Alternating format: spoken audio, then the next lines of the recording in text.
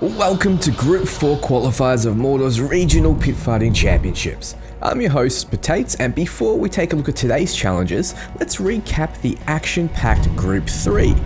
The first fight saw the battle between the Raider and the Defender as Rebecca the Brown ripped Nazu the Grinder's head clean off. The next matchup had Pushgrip the Bloody feasting on Gund the Caragor trainer in this extremely close fight. In the third bracket, our Pratu mapkeeper clearly wanted the win more as he took out Hawk Goldfang. The fourth bracket had Cougar Ragemind's poison proving more deadly than Skak Blackheart's subpar imitation poison. Pushgrip the Bloody won the Battle of Bodily Fluids by besting Rebecca the Brown with an amazing comeback, making him the first to go through to the semi-finals. Finally, our Pratu mapkeeper's fire beat Cougar Ragemind's poison, which secured his place as the second to make it through to the semi-finals.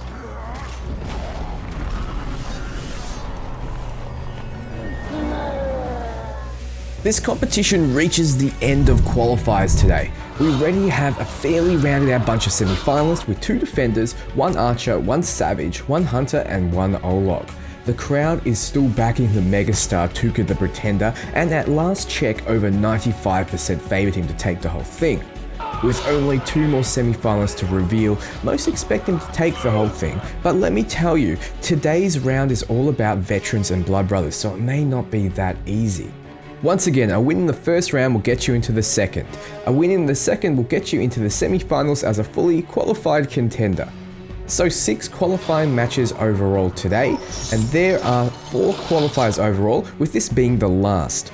Today's semi-final qualifiers will join Tuka, Skoth, Shakar, Ratak, Pushcrimp, and Pratu. After today's match, a recap video will be released explaining how viewers at home can vote on who they think will come out on top of the finals. A right prediction will win one viewer a game of their choice up to the value of $50 USD, so make sure to keep your eyes glued to /potates. Also, write in the comments who you think will get to the semi-finals today, starting now. It's no fun if you wait until the end. I'll pin the best comments to the video and they'll get an extra entry into the competition, so have fun with it guys. My money's on Orthog of Lithlad. In his prime, this orc was unstoppable and this old man might still have what it takes. Asgang the Caragor trainer has also shown some zeal and may seek vengeance for his blood brother. Group 4 will certainly be interesting. Now it's time for you to die. To say farewell to Darkened Sky. First up though is Gluck the Rhymer. He started his rise as a lowly slave, spent most of his time hammering, and I guess you could say he was in the construction business. To pass the time, he would treat the other slaves to creative rhymes and raps. Witnesses say the rhyme he sung while beating to death his slaver was so beautiful that they shed a tear. Now Gluck wields the very same hammer that he used while a slave, modified of course, and dances around the battlefield, swinging it with ease. He adorns his forehead brand with pride and has adopted 2 Olog slaves as his children, whom he calls Biggie and Smalls. He'll be fighting Skoth the Blue in round 1. If you turn out to be a weakling, I'll kill you. Well, actually, I'll kill you either way. So when looking into Skoth, I have to say there's nothing particularly stand out about him. He's an orc with a mediocre upbringing, with a mediocre life that lives in a mediocre home. His performances have been mediocre in the pits before this, and nothing truly eventful has happened to him. When interviewed, he simply said, "I'm blue," and then proceeded to speak gibberish or have a seizure or one of the two, I couldn't tell. Don't let the hat fool you though. He has never actually been to sea, and I'm pretty sure that armor is made of a mix of plastic, Play-Doh, and old Caragor saddles. That being said, it's absolutely mind-blowing that he's amassed a cult following of fans that look and dress exactly like him and who are called the Eiffel 65s. I guess we'll have to wait and see what Skoth can pull out of his bag of tricks to surprise us. The first match is Gluck the Rhymer and Skoth the Blue. This is a match between nobody who became somebody and nobody who wants to become somebody. If we look at Gluck's stats, we can see he has no clear weaknesses in the pits. He has epic smoke bombs and his loyal sons Biggie and Smalls. He can throw out a set of cleavers that do heavy ranged damage and is enraged when he kills a beast or his sons get killed. He's immune to poison, cursed, and beast damage. Looking over at Scoff's stats now, he's weak to beasts. No idea why, he just is. Maybe they're attracted to the blue, like bulls are to red. He also uses epic smoke bombs because I think he stole some from Gluck. He has some of Eiffel 65 joining him on the battlefield, and he uses poison, sword, crossbows, and bombs. He's enraged by Caragors for whatever reason, and has no pit immunities. The contenders are now ready, so let's begin match 1 of Group 4 Mordors Regional Pit Fighting Qualifiers. The blue steps up to the plate. You look like a show-off. I hate show-offs. I love show-offs. Your outlook here has grown quite grim. For soon I'll tear you limb from limb. Gluck the Rhymer with fighting words there takes the first swing but gets countered by the blue here, who body slams him to the ground. Biggie and Small still not fighting the Eiffel 65. As the blue takes another swing, that poison damage does not apply to the Rhymer, so the Rhymer has the advantage there, but the Rhymer is yet to get a solid hit in. Goes for a swing, but it misses, and the epic smoke bomb comes out, stunning the Rhymer. The Rhymer in not the best position right now, as the blue just keeps up the damage. A little bit of a swing comes out there, doesn't do too much to the blue as he body slams the Rhymer down again. The Rhymer on about half HP at this point, and he takes yet another body slam. The minions in the meantime, off screen, are doing quite a bit of damage. Biggie and Smalls taking out some of those decoys there. Some of the decoys remain, but it seems like Biggie and Smalls have won this fight. The Rhymer does an execution there, and now he gets out his epic smoke bomb and gets off a little bit of damage to the blue here. The blue now lower in HP totals as he gets picked up and body slammed. It looks like the Rhymer is coming back from this fight as the blue executes him. Huge damage, as I think I spoke a little bit too soon. Some more damage comes out there, goes in for a grab, uses the epic smoke bomb instead. How tricky the blue, how tricky. Some more damage coming out. Those are some powerful hits as the Rhymer looking to have lost this one. One more hit should do it, and there it is. The blue takes round 1. But that wasn't enough. He had to make sure Gluck the Rhymer choked to death on his deadly poison. Scoff the Blue's victory over Gluck the Rhymer means he moves on to the next round, so don't go anywhere. We'll be back after this short ad break with a match between Ishmael's Deadwood and Orthog of Lithlad. Come on now, I can do this all day. Let's take a look at Ishmael's Deadwood. He's the blood brother of Skak the Gold Thief, who is also in this bracket. Even though they are blood brothers, Ishmael's has always been suspicious of Skak, as his possessive nature has caused more than a few problems. Secretly, Ishmael's was planning on taking him out, but the Mordor regionals have now provided the perfect opportunity. Ishmael's has the typical upbringing, filled with abandonment, betrayal, and plenty of pain. The only possession he had for the longest time was an ancient oak tree, which he lived in until he met Skak. Around the same time, he found his tree poisoned, its bark seized up and its body wilted. Skak took the wood upon his body and became Deadwood, carving his way through enemy ranks like butter. He will never forget where he came from. He'll be facing the legend Orthog of Lithlad. You dare face me? You can't go anywhere in Mordor without hearing about Zuka of Lithlad's big brother, Orthog. The stories about how the heir to the Lithlad dynasty stepped aside to let his little brother take his place reach far and wide. An orc passing up power and wealth was unheard of until then. Orthog most certainly did make a name for himself, becoming undefeated in everything he attempted. After 100 wins in the pits, retirement suited him. He settled down, farming pink skins, until the news of Zuka's death reached his ears. Orthog grabbed his flaming blades out of the fireplace, put on his berserker armor, and stepped out to seek revenge on the Scourge, Ratak Tasty, or anyone that kills him before he can. Orthog is not like his calmer, more controlled, heavily armored little brother. No, he's a blur of death, preferring to get down and dirty and carve up anyone that gets in his way. Does this old man still have what it takes? We shall see as the second match between Ishmael's Deadwood and Orthog of Lithlad is about to begin. Both combatants want revenge, but both won't get it. If we look at Deadwood's stats, we see he has no clear weaknesses in the pits. He has that epic rage ability as well. He's the berserker, so he'll use Fusro darts and rampages. He has trusty bolus if someone moves around too much as well. He gets in rage when low health and is immune to fire, cursed and beast damage. Orthog also has no clear weaknesses in the pits. He has poison water to lower the poison damage he takes. He hits with flaming weapons, he has a gang of savages and can instantly slay beasts. Being a berserker as well, he can Fusro Dar, rampage and throw out his twin swords like boomerangs. He can also fire twin crossbows. Element uses Beware as he gets angry when people use fire or poison against him, and is also enraged when low of health. He's immune to fire and beast damage. Orthog steps up to the plate. Get ready to lose!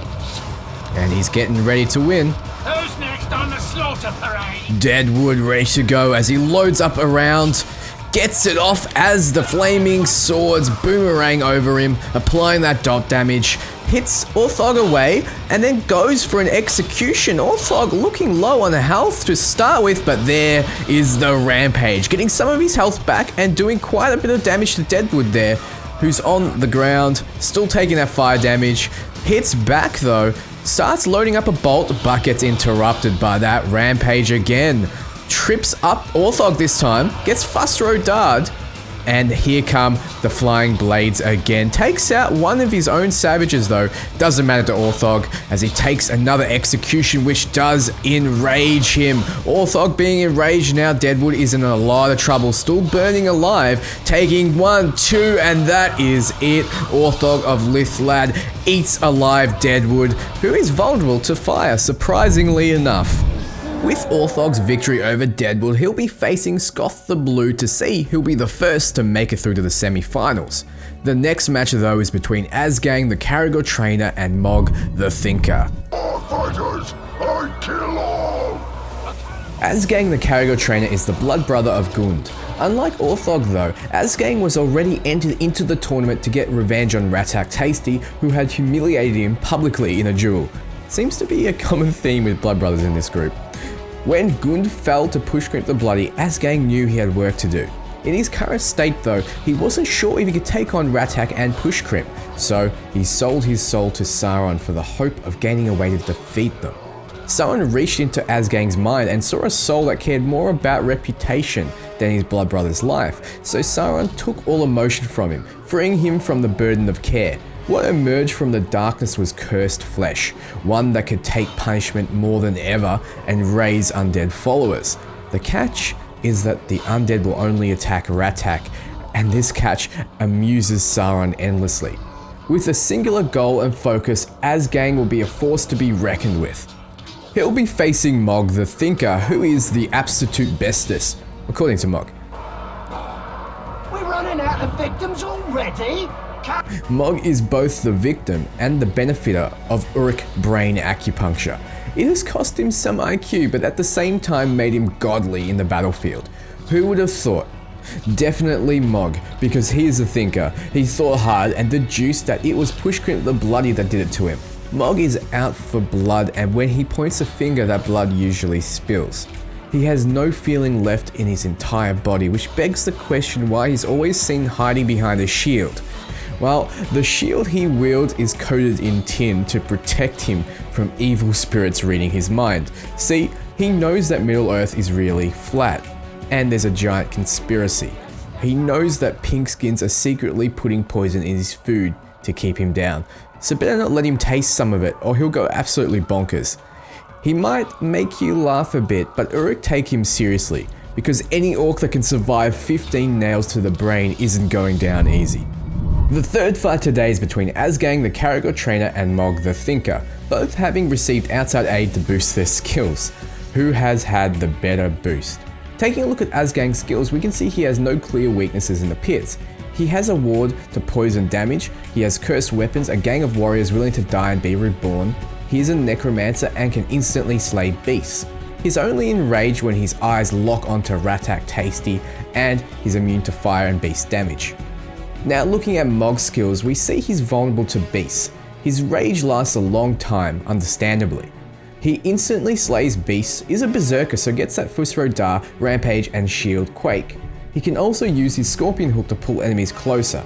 If his brain tastes some poison, he gets enraged. He told you so.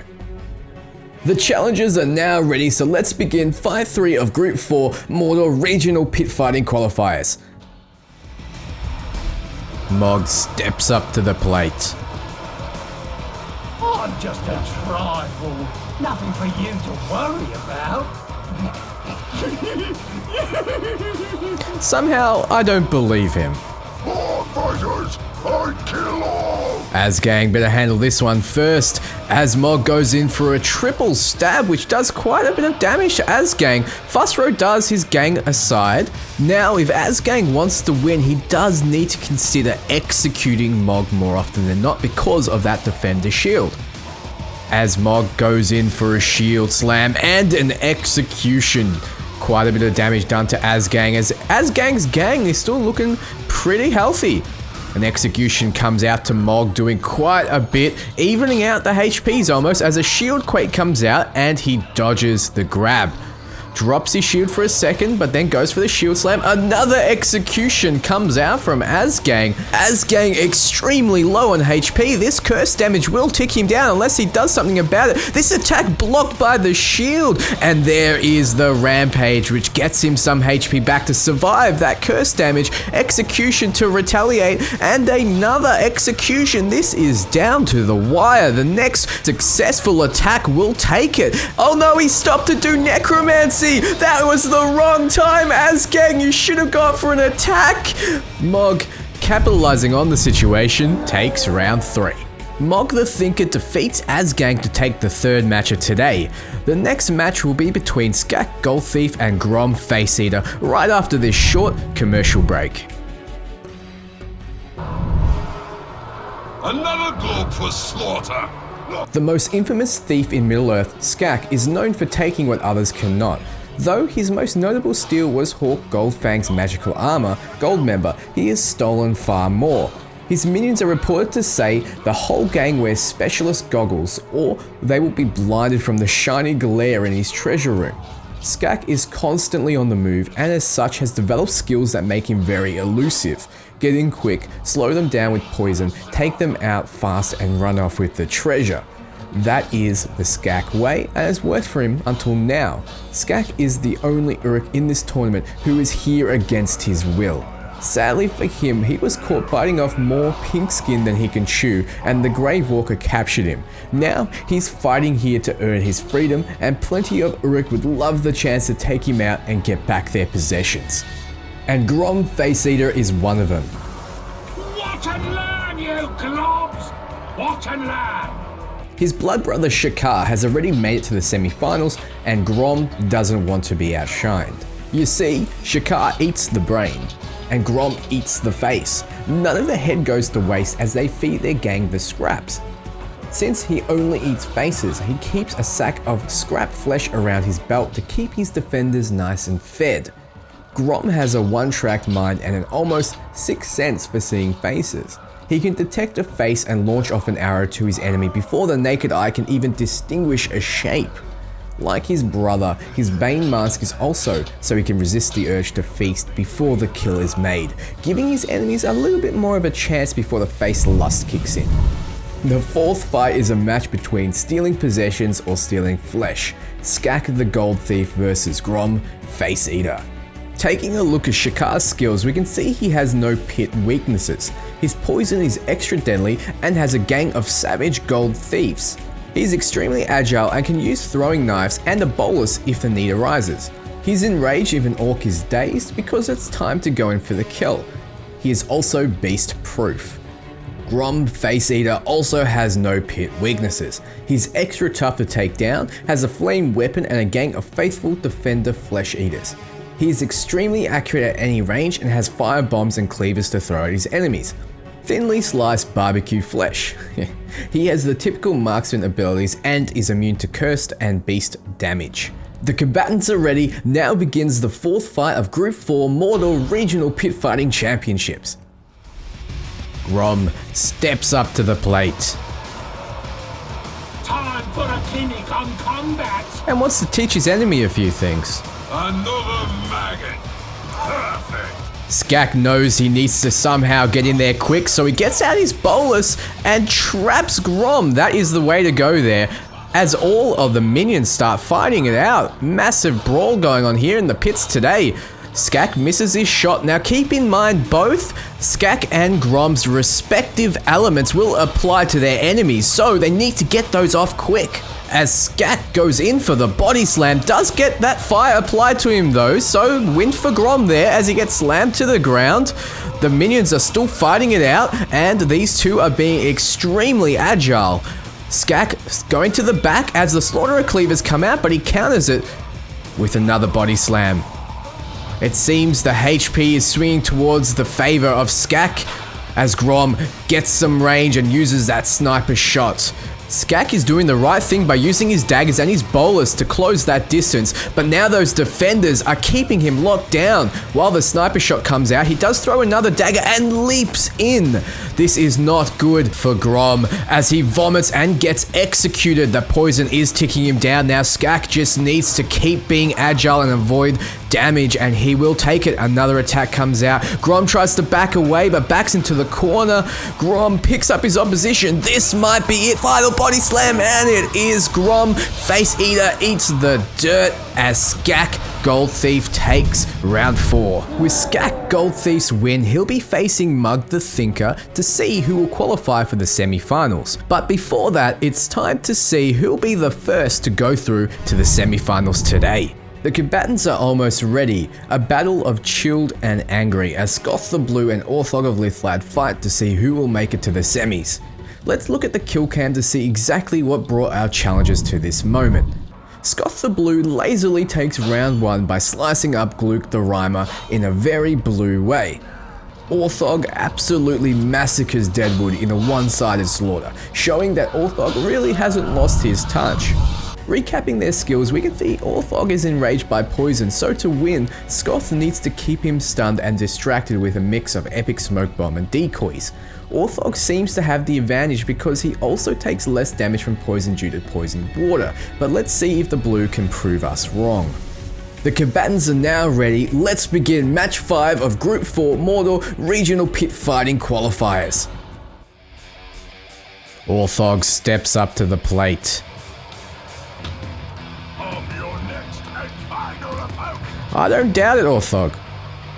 You better be a decent fight, because I'm getting tired of maggots who die too easily. I don't blame you, Scoth, as they go in together, but Scoth has the right idea, picks up and slams down Orthog. At least this way he doesn't apply that poison damage. Now he needs to make sure he doesn't get overwhelmed while Orthog is enraged, and this is the right way of doing it, Scoth the Blue. Just keep your opponent on his toes, stop him from raging out on you. There it is, another dodge, and there is an execution. That is what Scoth needs. He is playing this extremely well right now, forcing Orthog to dodge, but here comes the onslaught. Another dodge. This is perfect. The blue keep it up, get through that enrage, and it seems like it's just a bit too much for him as Orthog is absolutely relentless, beating his opponent down, shooting him in the face, and crushing it.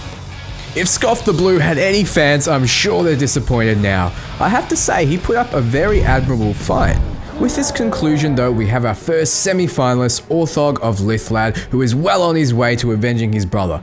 Don't go anywhere though, we'll be right back with the final fight between Mog the Thinker and Skak Gold Thief to determine the second semi-finalist of today, right after this short ad break.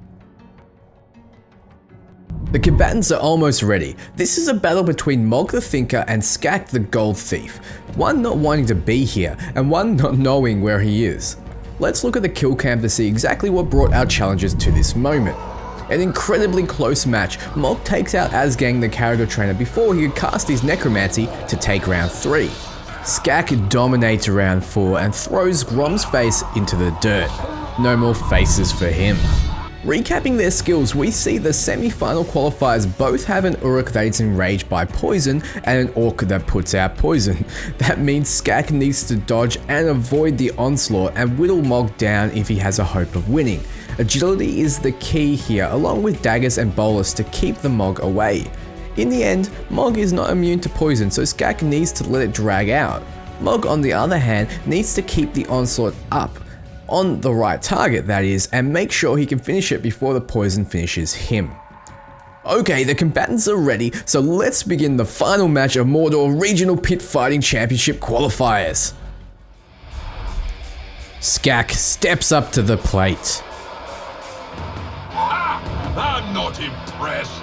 I am though, Skak. Who wants to become a beautiful corpse? Not me. Now Skak, if he wants to win this, needs to be agile, exactly like that, applying those daggers and making sure he can get away from an enraged Mog the Thinker. And this is exactly what he needs to be doing. Dodging around like that, avoiding those shield quakes, getting in from the back and body slamming his opposition. The shield slam comes out, stops Mog for a second, gets shield quake to the ground. This is not looking good, and another shield quake. Skak just can't get off the ground as the third comes out. Mog the Thinker, clearly thinking very hard how to beat his opposition. Very agile, but not agile enough to avoid that AoE. Shield comes out, and now being enraged, this looks to be over for Skak unless he can dodge. He has been shown to get out of stickier situations as he does avoid that last attack, rolls over his opposition, gets to the back but doesn't follow up with an attack. Mog absolutely unrelenting as he smacks around Skak. This looks to be over with the last hit, and there it is. Skak the Gold Thief taking out Mog the Thinker is our second and final semi-finalist of Mordor's Regional Pit Fighting Championships. Mog's win secures his place in the semi-finals against Orthog of Lithlad, both shown to be very strong combatants, and this commentator has absolutely no idea who will take this, as Orthog has skill behind him and a lot of experience. Mog has shown to be hard to breach and extremely unpredictable. So Orthog and Mog will join Shakar, Ratak, Tuka, Skoth, Pushcrimp and Arpratu in the semi-finals, and damn, I'm excited. Once again, be sure to keep your eyes peeled to Slash Potates, and if you're subscribed, hit that little bell button too. It'll ensure you know when I post the latest videos. You'll have a chance to win a game up to the value of $50 USD. Mog, Orthog, Pushcrimp, Arpratu, Ratak, Shakar, Skoth and Tuka will all be voted on, so leave your thoughts in the comments. Once again, random comments will be pinned and gain an extra entry into the competition. So I'll be posting a recap video of what we can expect in the finals very soon. It'll give you information on how you can vote on your favorite orc and refresh your memory of who made it this far. Thanks for watching, guys. I had a lot of fun making this video and I hope you enjoyed it. If you did, be sure to hit that like button, subscribe and click that little bell below. And if you haven't already, be sure to join my Discord. It's full of fantastic like-minded individuals and you get to talk to me directly as well. So I'm Potates and I'll see you next time.